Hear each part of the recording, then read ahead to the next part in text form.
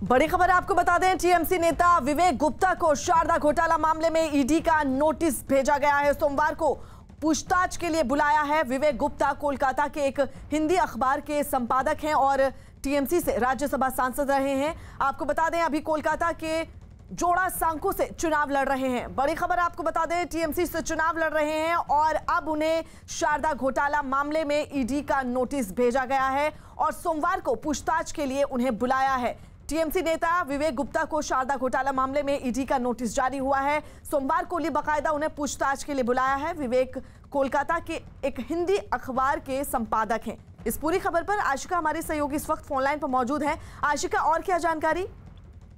देखिए, फिलहाल तो यही जानकारी है कि शारदा घोटाला मामले में एक और नोटिस जारी हुआ है। इसके पहले भी हमने देखा है कई टीएमसी के नेताओं के नाम पर नोटिस जारी हुए हैं। पार्थी चटर्जी जो शिक्षा मंत्री हैं उनके नाम पर भी हो चुका है, मदन मित्रा, और अब जो है ये विवेक गुप्ता जो कि जोड़ा साको से टीएमसी के कैंडिडेट हैं, उनका नाम भी उनके नाम पर भी ये नोटिस जारी हुआ है। सोमवार को उनको पूछताछ के लिए बुलाया है। इसके पहले देखा गया है कि चाहे शिक्षा मंत्री हो चाहे दूसरे नेता, उन्होंने ये आरोप लगाया है कि चुनाव प्रचार से रोकने के लिए उनको ये नोटिस भेजी जा रही है और चुनाव के ऐन पहले इन नोटिस को टीएमसी की तरफ से पॉलिटिकल वेंडेटा बताया जा रहा है।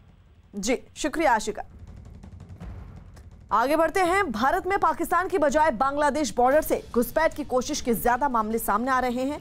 केंद्र सरकार की तरफ से राज्यसभा में एक सवाल के जवाब में ये जानकारी दी गई। न्यूज 18 के अमित पांडे की रिपोर्ट है कि पिछले 2 साल में पाकिस्तान की बजाय बांग्लादेश की तरफ से घुसपैठ के मामले तेजी से बढ़े हैं। बांग्लादेश की ओर से 1000 से भी ज्यादा बार इस तरह की हरकतें की गई हैं, जबकि पाकिस्तान की तरफ से 61 बार घुसपैठ की साजिश रची गई। इतना ही नहीं, भारत नेपाल सीमा पर भी घुसपैठ की 63 घटनाएं सामने आई। हालांकि भारत से लगी चीन, भूटान और म्यांमार की सीमा से घुसपैठ की कोशिश ना के बराबर रही। भारत बांग्लादेश सीमा पर बढ़ती घुसपैठ को देखते हुए सरकार ने वहां कटीले तार लगाने का काम तेज कर दिया है और इसके अलावा केंद्र सरकार उन राज्यों की सरकारों से भी इस मसले पर लगातार बात कर रही है जिनके इलाके बांग्लादेश की सीमा से लगे हुए हैं।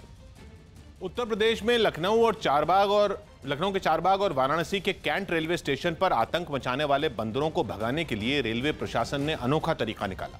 इन स्टेशनों के लिए लंगूर पालने वाले कुछ लोगों को 6 महीने के कॉन्ट्रैक्ट पर रख लिया गया, जो लंगूर की आवाज निकालकर वहां मौजूद बंदरों को भगाने का काम करते हैं, जिसकी एक तस्वीर राजधानी लखनऊ के चारबाग रेलवे स्टेशन से भी सामने आई। वहां लंगूर पालने वाले 3 लोग स्टेशन पर बंदर भगाते दिखे। स्टेशन के अलग अलग हिस्सों में घूम घूम कर उन्होंने बंदरों को भगाने की कोशिश की। कभी प्लेटफॉर्म पर, कभी पुल पर, तो कभी स्टेशन की सीढ़ियों पर वो लोग लंगूर की आवाज निकालकर बंदरों को डराते दिखे।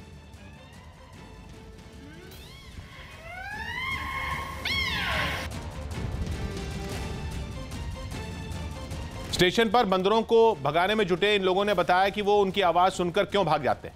आवाज देते हैं तो समझ लो तुम भागो, नहीं तो ऊपर से एक लंगूर आ रहा हमारा तुम्हें उठा के नीचे फेंक देगा। चारबाग रेलवे स्टेशन से यात्रा करने वाले लोगों ने भी रेलवे के इस कदम को सराहा। काफी सराहनीय है, ये बहुत ही अच्छा कदम है। इसी तरह वाराणसी के कैंट रेलवे स्टेशन पर भी बंदरों को भगाने के लिए लंगूर की आवाज निकालने वाले कुछ लोगों को रखा गया। गुजरात के सानंद से कुछ चौंका देने वाली तस्वीरें सामने आई। वहां खेतों में आग लगने से तैयार फसल राख हो गई। बताया गया कि आग बिजली के तारों में शॉर्ट सर्किट की वजह से भड़की, जिसने वहां मौजूद खेतों को भारी नुकसान पहुंचाया और देखते ही देखते कई खेत आग की चपेट में आ गए। वहां से आग की ऊंची ऊंची लपटें उठती हुई दिखाई दी। इस मंजर को देखकर वहां अफरा तफरी मच गई और किसान इधर उधर भागने लगे। इस घटना में कई खेतों में तैयार हो चुकी फसल पूरी तरह से राख हो गई।